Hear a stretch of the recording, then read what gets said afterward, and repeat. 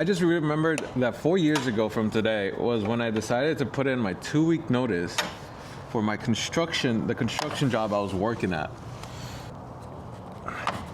And it wasn't because I had something lined up. It's because I was starting trucking school.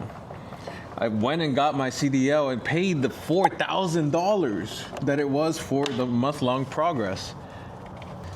All they needed was half of it, so they only needed like $2,200 up front. And I think we put the other half on a credit card. With nothing pretty much in saving, with almost nothing pretty much in savings, we risked it all, me and my wife, and bet it all on getting a CDL. I think that right there was one of the most scariest things I have ever done. Because we literally had, number one, I was literally gonna stop working to basically go to school to learn something, to hope and pray it works out nicely.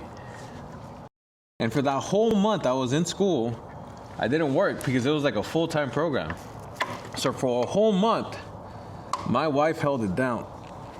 And trust me, we were so worried about whether or not me going to CDL school was gonna pay off, or if this was gonna be the thing that really made us lose everything. I started calling companies left and right as I'm in school, wondering if they would hire, if they'd be willing to give me a shot, trying to set something up so that way as soon as I got my license, I can go straight into a job. My wife was worried. I was stressed out worried. We had a kid and we just bought our house and we had a mortgage to pay. We literally, you wanna talk about putting a bet on yourself? That was literally, we had no money in the bank. We had a mortgage payment that we had just enough to cover 1 month, but we had no idea how we were gonna cover it the next month. Good as new. Moral of the story, bet on yourself sometimes. You might not know what'll happen, but trust in yourself, believe in yourself, and take that risk.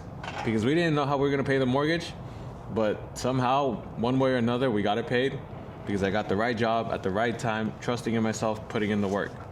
So sometimes you gotta put a bet on yourself.